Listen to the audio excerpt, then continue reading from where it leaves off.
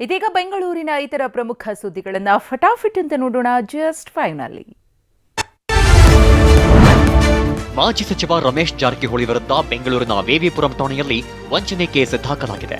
ರಾಜ್ಯ ಸಹಕಾರಿ ಅಪೆಕ್ಸ್ ಬ್ಯಾಂಕ್ನಿಂದ ರಮೇಶ್ ಜಾರಕಿಹೊಳಿ ಒಡೆತನದ ಗೋಕಾಕ್ನ ಸೌಭಾಗ್ಯಲಕ್ಷ್ಮಿ ಸಕ್ಕರೆ ಕಾರ್ಖಾನೆ ಪರ 439.7 ಕೋಟಿ ಸಾಲ ಪಡೆದರು. ಆದರೆ ಸಾಲ ಮರುಪಾವತಿಸದೆ ವಂಚನೆ ಮಾಡಿರುವ ಆರೋಪ ಕೇಳಿಬಂದಿದೆ. ಈ ಸಂಬಂಧ ಬ್ಯಾಂಕ್ ಮ್ಯಾನೇಜರ್ ರಾಜಣ್ಣ ದೂರು ನೀಡಿದ್ದಾರೆ. ರಾಷ್ಟ್ರ ರಕ್ಷಣಾ ಪಡೆಯ ಪುನೀತ್ ಕೆರೆಹಳ್ಳಿ ಅವರನ್ನ ಕೋಮಗಲಭೆ ಸೃಷ್ಟಿಸಲು ಬಿಜೆಪಿ ಬಳಸ್ತಾಗಿದೆ ಅಂತ ಕಾಂಗ್ರೆಸ್ ನಾಯಕ ಬಿಕೆ ಹರಿಪ್ರಸಾದ್ ಆರೋಪಿಸಿದರು. ವಾಟ್ಸ್ಆಪ್ ಗ್ರೂಪ್ನ ಮೆಸೇಜ್ ಅನ್ನು ರಿಲೀಸ್ ಮಾಡಿದ್ರು. ಈ ಬಗ್ಗೆ ಬೆಂಗಳೂರು ಜಿಲ್ಲಾ ಕಾಂಗ್ರೆಸ್ ಸಮಿತಿ ಸೈಬರ್ ಕ್ರೈಮ್ಗೆ ಪುನೀತ್ ಕೆರೆಹಳ್ಳಿ ವಿರುದ್ಧ ದೂರು ನೀಡಿದೆ.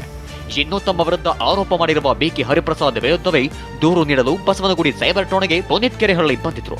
ಆದರೆ ಪೊಲೀಸರು ದೂರು ಸ್ವೀಕರಿಸಿಲ್ಲ ಅಂತ ಧರಣಿ ಕೂತಿದ್ರು. ಬಳಿಕ ಪೊಲೀಸರು ಎನ್ಸಿಆರ್ ದಾಖಲಿಸಿದ್ರು. ದೊಡ್ಡಬಳ್ಳಾಪುರದ ಎಪಿಎಂಸಿ ಆವರಣದ ಅಂಗಡಿಗಳಲ್ಲಿ ಸರಣಿ ಕಳ್ಳತನ ಮಾಡಲಾಗಿದೆ. 50,000 ಮೌಲ್ಯದ ಸಿಗರೆಟ್ ಸೇರಿ ಬೆಲೆಬಾಳುವ ವಸ್ತು ಕದ್ದು ಪರಾರಿಯಾಗಿದ್ದಾರೆ.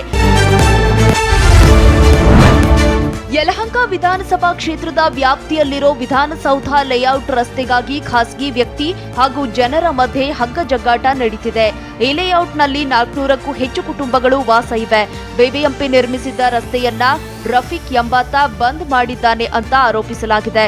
ಈಗ ರಸ್ತೆ ಬಿಡಿಸಿಕೊಡಿ ಅಂತ ನಿವಾಸಿಗಳು ಡಿಸಿಎಂ ಡಿಕೆ ಶಿವಕುಮಾರ್ ಮೊರೆ ಹೋಗಿದ್ದಾರೆ.